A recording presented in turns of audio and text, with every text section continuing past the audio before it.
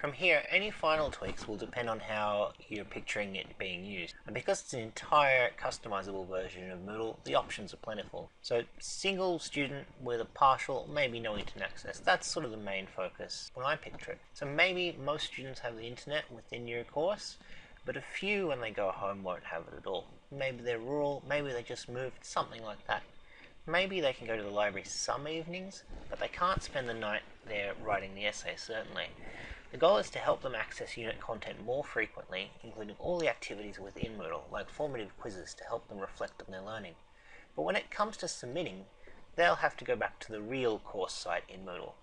So for this purpose, we've defaultly disabled submitting assignments and posting on forums in Moodle. It's to prevent them accidentally submitting somewhere where it won't be seen at all. But maybe you want them to send the USB back in afterwards. Maybe you do want them to submit their task locally and return the whole thing.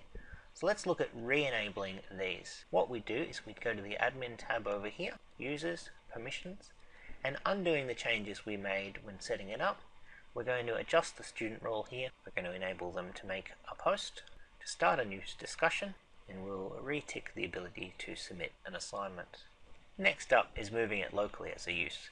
So I haven't talked much about speed yet, but it can be limited by a USB connection. It'll run faster if it's installed on the computer itself, like we did during setup.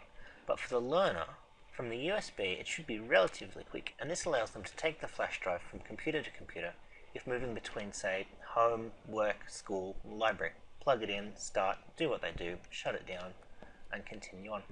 On the other hand, moving to a computer, moving all the files over to the computer, can take a bit of time to copy over.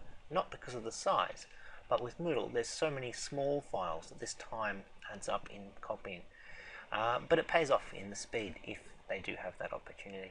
If multiple connections, like the next few scenarios we're about to talk about, this can definitely help as well. Another quick use case could be open access. Say you wanted to bypass the password side of things completely. In that case, what you could do, you could go back into Manage Authentication, turn Guest Login back on.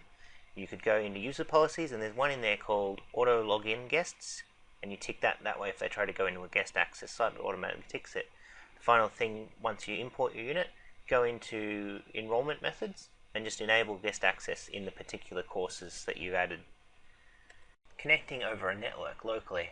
So when setting up Spoodle originally, we discovered a way to let someone else connect to the same copy of Moodle if they're on the same network at home or at work or otherwise, which opens up a few fun extra possibilities. Say a student wants to access from their phone while someone else is using the computer in the house. They can start it on the computer, leave it in the background, and then see back in the box tray when we first launched it up. We can see this IP address here. That's where you connect to from another device within that network, and as long as it's running on the computer on the same network, you'll be able to access that content. This could be useful if there's maybe two people studying within the same household as well. Or how about a classroom scenario? You up the front of the room, you've plugged in and started the system up, the students from their computers or devices on the network connect to this address you give them, and they log in. In this case, you'll want to have created a few extra different users, and you can see the next video for that. But as above, probably re-enable forums and assignment submissions for these sort of scenarios, because here they're all connecting to the same instance of Moodle. They can interact with each other. It makes sense in this context. Shut down at the end of the lesson, unplug your flash drive, and you keep these discussions and activities and submissions from the session. Secure, local, portable. Pretty nifty. Similarly, for someone at a remote learning centre, or for supporting incarcerated learners, I assume this is probably part of the same solution. Someone looking after the system is able to download a backup of the courses as needed, copy it over to the local machine, and restore the courses into the version of Spoodle. Across a small network, select people are given the login details, and they can engage with the learning this way. And also for testing in general. Want to try out a new plugin, a new feature? Look into the settings to try to change some things. If you're an admin, you can safely explore without threatening the real environment and the learners trying to study.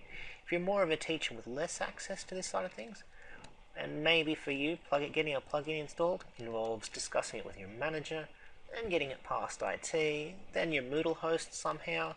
Here, you can add what you want. If it breaks, throw the whole thing out. Unzip again from that backup we created, start from scratch. If it works, you've got a nice solid example to use.